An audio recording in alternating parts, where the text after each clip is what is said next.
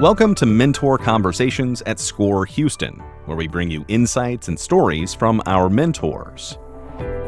You'll hear from senior executives, entrepreneurs, and professionals who volunteer their time to guide small businesses. SCORE is America's largest network of volunteer business mentors and is supported by the U.S. Small Business Administration. In Houston, we provide free, confidential mentoring and education to help entrepreneurs start, grow, and succeed. Now, let's dive into today's mentor conversation. Hello, and welcome to the Mentor Conversations at SCORE Houston. I'm your host, Doug Sewell, and today I'm delighted to introduce Jim Nordhaus, one of our most seasoned mentors in the Houston chapter. Jim is a native San Antonian, and he actually started out in the food business because his father started a frozen food business in 1938. Jim started out his education at the Texas Military Institute as a high school student, where General Douglas MacArthur also went. And then Jim moved to the University of Texas, where he received his degree in business engineering. Jim's next step was to go back into the family business while he simultaneously pursued a law degree at St. Mary's University. Jim worked in his family's frozen food business, which led him to many successful roles with major food industry companies like Cisco, Gordon Foods, and PFG. His entrepreneurial journey in the food industry also led him to SCORE and ultimately becoming a widely respected mentor with deep knowledge in starting and running businesses, especially in the food industry. So, Jim, it sounds like you had a really interesting journey to become an entrepreneur. So would you mind sharing that journey with us? It'd be very interesting. Sure. It's a pleasure. Because Dad started out in 1938. And in those days, few families had freezers. They had ice boxes with blocks of ice. But he started his business, and interesting in those days, there's a picture delivering frozen foods on the back of a bicycle. Panel trucks, because there were no real refrigerated trucks in those days. Carrier had not come out with refrigeration for trucks. Early things was called cold plates. But anyway, when I got into the business, shortly thereafter, Dad had a stroke and unfortunately was unable to continue. So I stepped in and gave up law school. It was challenging to do both. I loved technology. I love science, which is kind of my background. And we were very entrepreneurial. I hired a young man to come in and create our computer system. It was a successful system that ultimately got sold to NCR and IBM. Oh, wow. He was way ahead of his time, the way he could program PCs, not mainframes, PCs. And smaller computers. But anyway, we grew the business. We were very fortunate. We sold a lot of military, independence. And then we hit the Carter years, Carter-Nixon years. Growing business, we were leveraged. And interest rates went to 21%. A business cannot survive at 21%.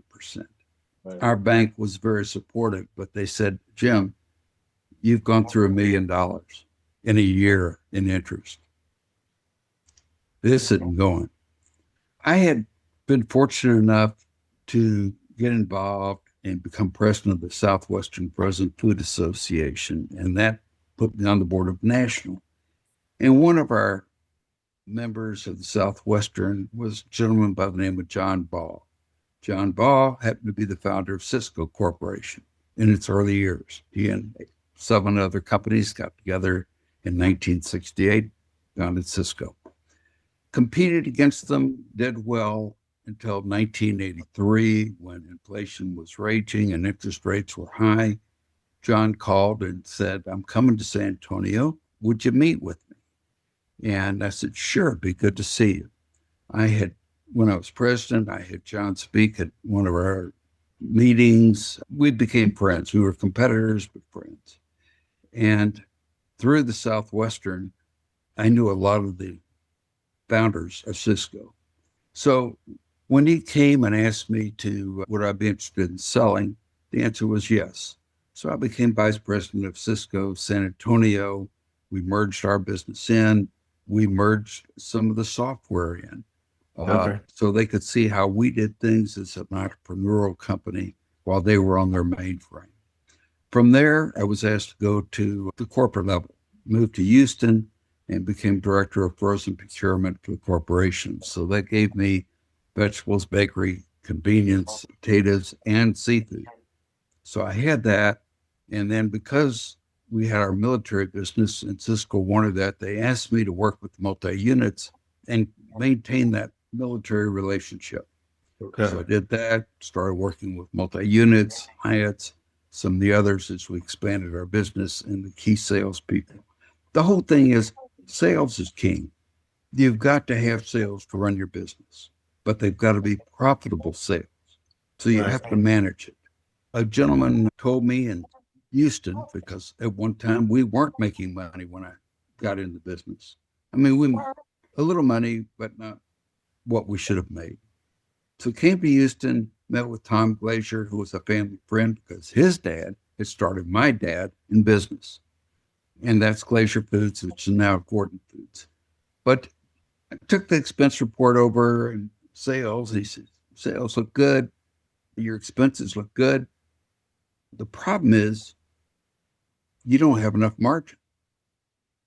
He said, you need to increase your prices, but don't pay sales commission on it. He said, it's money for your business. So we increased it by what Tom said. Nobody seemed to mind. The customers accepted. And all of a sudden, I won't say we were printing money, but we became very profitable. Much more profitable. Yeah. That's cool. Yeah. And it was all forced, as Tom called it, forced for the trees. You're so focused on expenses, you forgot about margin. Top line. Yeah. Yeah. So that made the difference. And of course, the 21%, that's a whole nother problem. Getting to corporate, I was exposed to manufacturing, production, marketing, product creation, because we created a lot of products. One of the things we did in frozen vegetables was in produce, they had many vegetables. So we said, why not freeze it?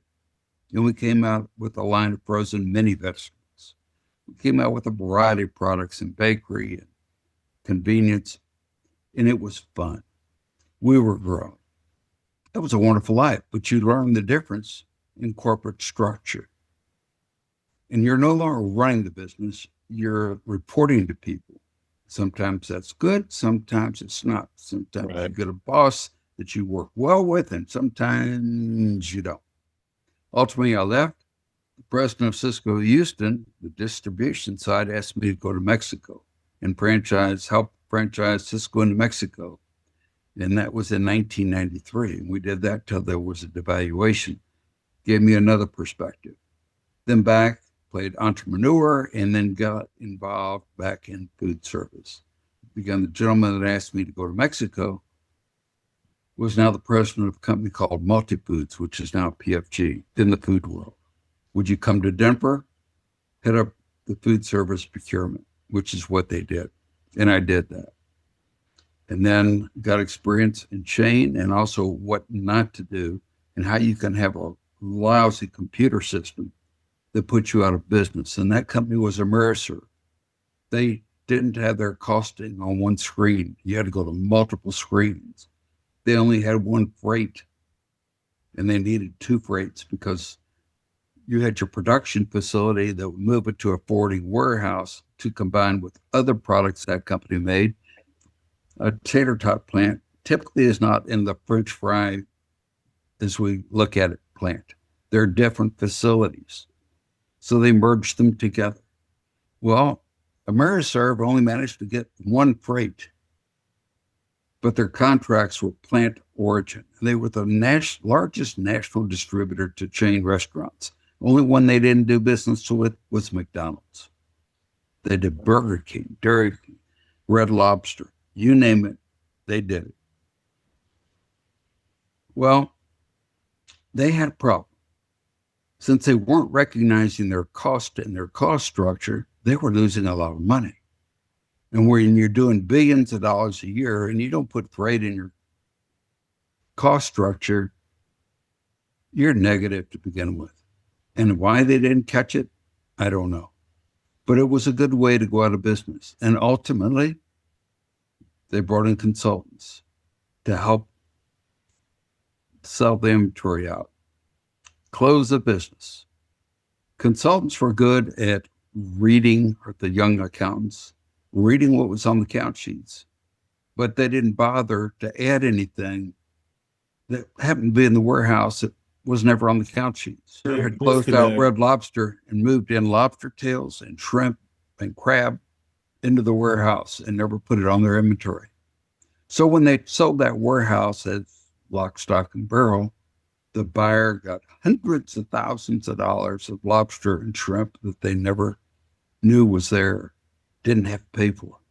Yeah. And because these people didn't know the difference to write it in, it's right. And that's a pretty big key. A lot of the, story that you're giving, the examples of look how an entrepreneur has to really know their business, right? There's a lot of problem solving involved day to day. And just that simple piece about the difference between an employee and an entrepreneur. Employee, someone who is an accountant, they look at numbers, they can tell you how the math works, but they don't necessarily know how it applies to the actual business, right? That's a whole skill set and one you develop through your entrepreneurial journey. So that's exactly, because you had your hands and fingers and everything. You had to understand buying, you had to understand the inventory side of it, you had to understand the flow, the margins, the warehousing, the transportation, because you were buying trucks, you were managing your employees, you were responsible for everything. You get to the corporate world and it's different. When I got to corporate Cisco, I was responsible for my team that, let's say, sourcing and procuring and making sure that we had product. We introduced Mexican frozen vegetables because in those days, they were only buying California. But California was much more expensive than Mexico. And the concern was Mexico doesn't have the quality to meet Cisco. Okay. Well, it turned out that Green Giant and Birdseye had sent their quality assurance people into Mexico, into these plants, and we followed them. So those plants knew how to produce quality product for the U.S. market. And we rode on their coattails and made more money. Yeah. Which is very, once again, that's the innovation, right? Of looking for a better example. Exactly. It's sourcing. How do you buy it? How do you take cost out of the structure and make it work better? And so we love our California friends at the time. Mexico could produce it so much cheaper. And it was excellent quality. As long as you had quality assurance, verify what it was. And that was what I learned at Cisco. Not only the marketing side, but quality assurance. You can only expect what you inspect. So that gave me a whole different perspective as we moved through the journey of, call it entrepreneur in the corporate world, back to entrepreneur, because when I left Cisco, ultimately did the multi-foods thing, did AmeriServe, then back to Glacier Foods. Glacier Foods, a good-sized distributor, they had grown, and I became VP of merchandising for them. We worked well together and really were the business. From there, ultimately another company called Jake's Finer Foods, Leonard Bench, who I had known, and was one of my early associate members in a group called Code, which is now Unipro, a buying group. But those relationships count. So Leonard said, I need your help. Okay, let's do it. They did retail, aside from food service. So that was a whole nother learning experience. How does retail work? Redistribution, basically. So that helped me as we moved into the entrepreneur. Going back, one of the questions was, how did I find SCORE? Well, way back when I built a warehouse in San Antonio, we worked with the SBA. Our accountant introduced us to then Alamo National Bank, and we took out an SBA loan. And I knew of SCORE, didn't get involved with it. But at University of Texas, I had a roommate, Mike Karchmer. Short story, lost track of Mike. I was in his wedding, and 50 years later, we reconnected. Interesting. Said, meet me for lunch. So I went, met him over. He lives in the gallery area, or did, and I met him for lunch. And, well, what are you doing? I said, I retired and trying to figure out exactly what I want to do. And he said, why don't you do what I do? What do you do, Mike? I work with SCORE. I said, I've heard of SCORE, not involved with them. He said, I think you'd be perfect because you're a food background and we could use that expertise. So that's my journey to get into SCORE and then start working with, whether it's a food truck, or a restaurant, or somebody that wants to create a product. Right. How do you do it? What are the pitfalls? What regulations? What permits do you need? And it gets down to, ultimately, it can be a hobby or it can be a business. But you never want your business to become a hobby. That's going backwards. Yep.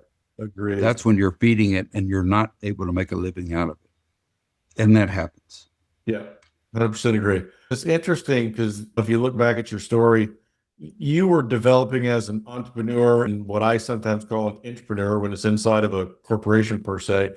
And what was really cool is that having your own business, you go through a certain series of experiences. But with what you did, you had so many multiple different types of experiences with all the different organizations that it really built your toolkit, right? To where you were more than just one entrepreneur. You had experience on so many different paths that really, I think, set you up to be able to become one of the great mentors that you are.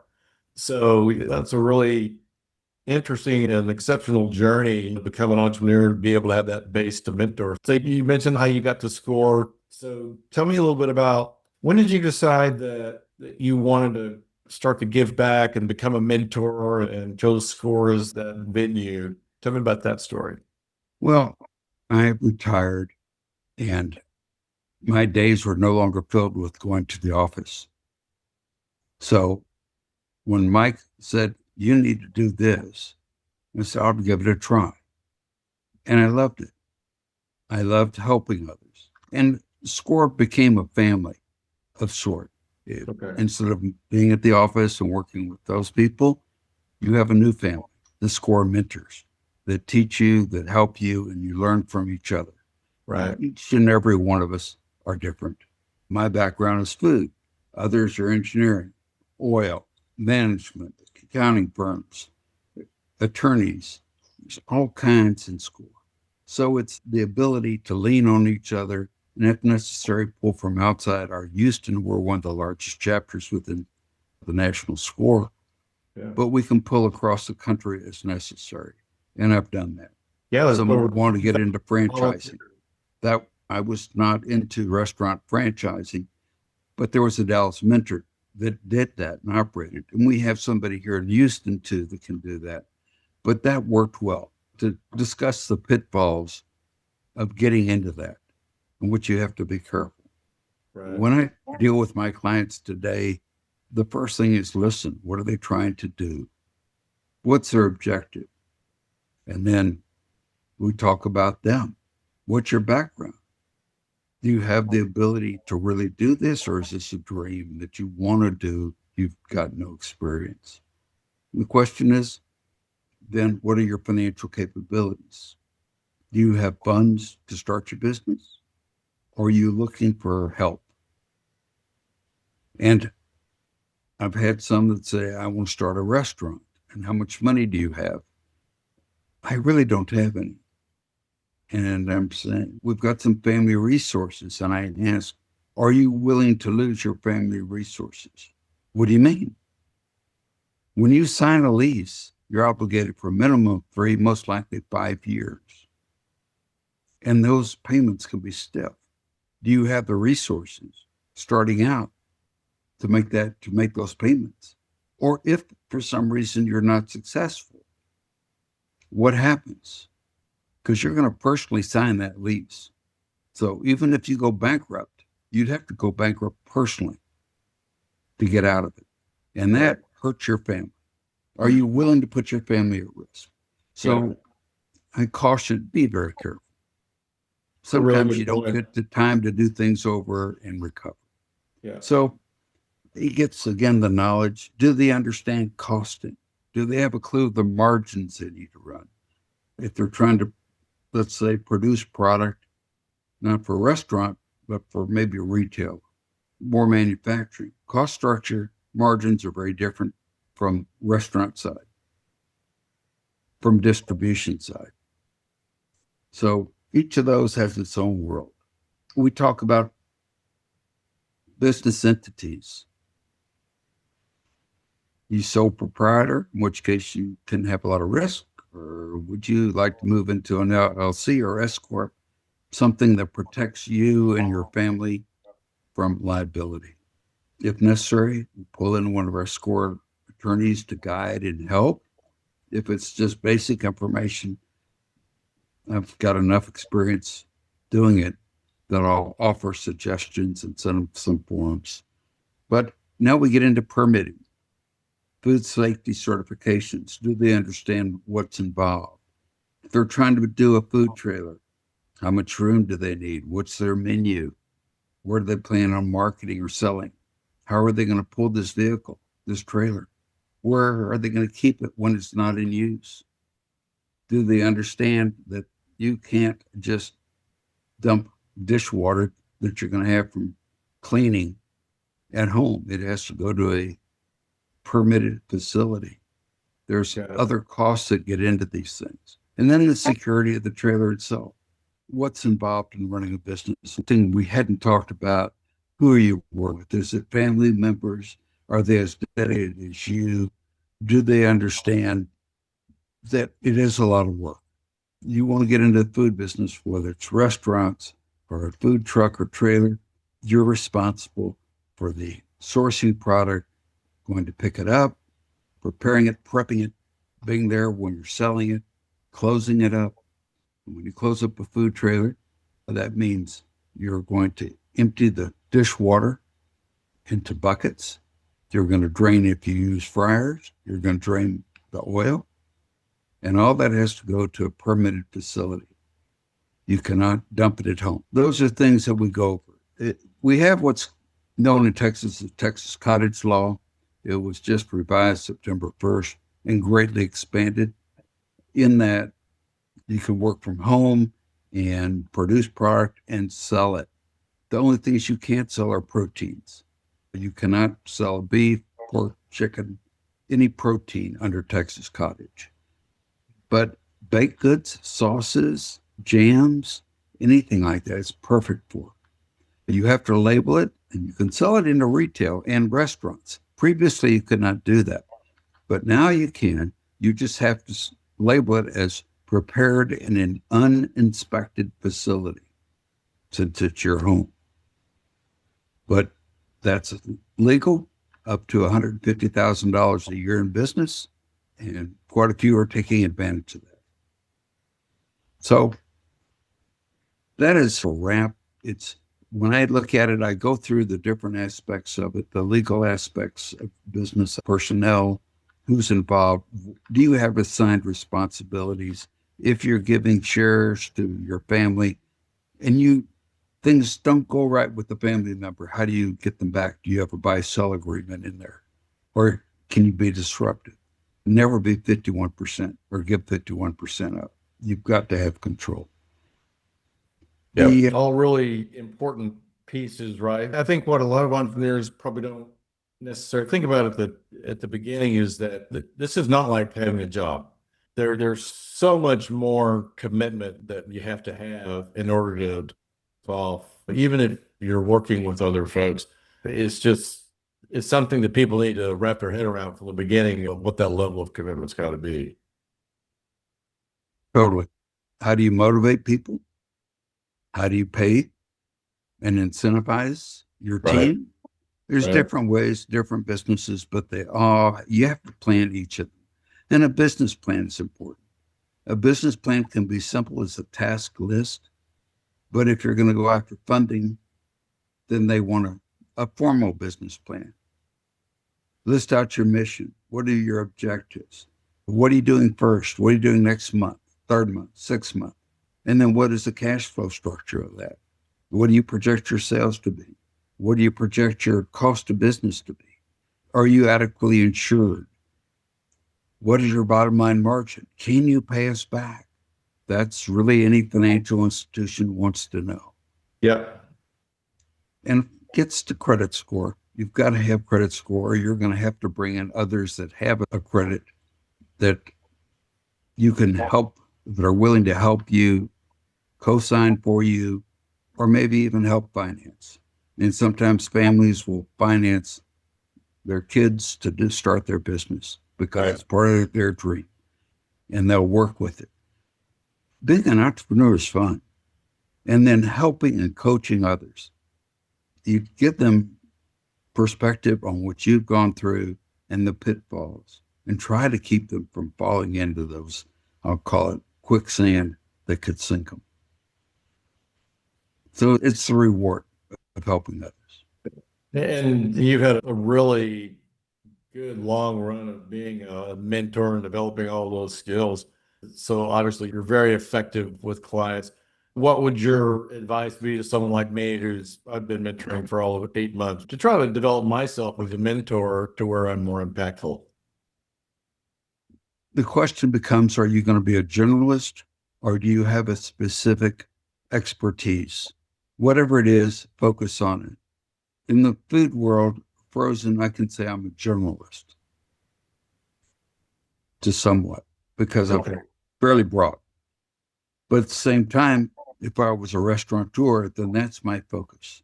Okay. I have not run a restaurant, but I know a lot of people that have, and their problems. And that's where I come from, in caution, some of the challenges they go through to be successful. Okay, that makes sense. And then I'll take another comment that you had made earlier that to me is a critical skill set of any mentor is know how to listen, right? You have to do that. And the other, coach them, don't let their business become a hobby and they don't make money. I tell my clients, do not plan on pulling any money out of this business for several months. You've got to fund yourself. If the bank gives you the money to start your business, not to pay you, it's to pay everything else, your employees, your lease, your equipment, whatever. But you're the last person. You get the reward, but you're the last person to get paid. You got to make sure business is successful. That's a really critical point, because that makes it even more difficult for people, because they have to make sure that the business is successful before they get the benefit. And they have a responsibility to everybody else who's involved in the business to take care of them first. You really do. When I got married, I told my wife, number one is the business, you're number two. And she looked at me and I said, I've got 130 people that depend on me every day. Yeah. Yeah. So when the business calls, if it's 10 o'clock at night and they've got a problem in operations, I'm going to the office. Yep. She understood. We've been married 57 years. Right. Yeah. But that was key, is I've got to focus on running the business. Yeah. Well, and that's a key attribute, not only of an entrepreneur, but also of a leader. When you've basically given people the idea that you're going to take care of them and you've got a responsibility to them, you've got to make sure that happens. So that's excellent. In an entrepreneurial business, your employees become part of your family if they're there. Yes. You've got to have them where you empathize with them and motivate and understand. And if they don't, then maybe you need to find somebody else to do that position, because you can't afford anyone that's not rowing the boat with you. You've got to row the boat together. Great point. Well, we're getting close to the end of our time, so I wanted to ask your advice for people who are thinking about becoming mentors. You have to want to give back. You've got to be willing to listen and to share your life stories and expertise. That's the key. It's very rewarding, and it becomes very fulfilling, because you know you've helped others maybe be successful, or maybe you've kept them from falling in a pothole that they might not get out of. Be very dangerous. I had one client, and I'll just wrap it up with this. She came to me after she had a problem. She had leased in the Heights, selling liquor-infused cupcakes. Lease payment of $7,500 a month, 5-year lease. Her permitting, landlord gave her 2 months to get permitted and be operational. It took her 10. She had to pay 8 months of $7,500 out of her pocket. At the end of the period when she got permitted, she was out of money. She had to sell 900 cupcakes just to pay the lease a month. Wow. Not the ingredients, not labor, not any of her equipment, not utilities. Just hadn't planned it. Yeah. Yeah. And obviously it sunk her. Right. Unfortunately. Yep. Yeah, that's a key piece. And that's Plan is important. The plan is very important. And a lot of the ideas, that's why one of the reasons why we stress that one-pager canvas. Get your idea to a concept and stress test it before you try to pull the trigger. Yes. In the food world, we say taste, test. You may think it's a great sauce, but will somebody pay the price for it? You need to find out. And then you need to look at your cost structure and what that person or that group is willing to pay. Okay. Awesome. Well, Mr. Jim, appreciate the great stories and the great advice, and really thank you for all the mentoring impact you've made for the Houston chapter, and look forward to hearing more another time. Thank you, Doug. Appreciate it. Thanks for listening to Mentor Conversations at SCORE Houston. If you're an entrepreneur or small business owner, we'd love to support your journey. You can reach us at 713-487-6565 or visit us at 8701 South Gessner, Suite 1200, Houston, Texas 77074. Our office is open Monday through Friday, 10 a.m. to 2 p.m., except for federal holidays. Walk-ins are always welcome. To learn more, to request free mentoring, or to register for workshops, visit us online at score.org/Houston. Until next time, keep learning, keep growing, and remember, at SCORE, we're here to help you thrive.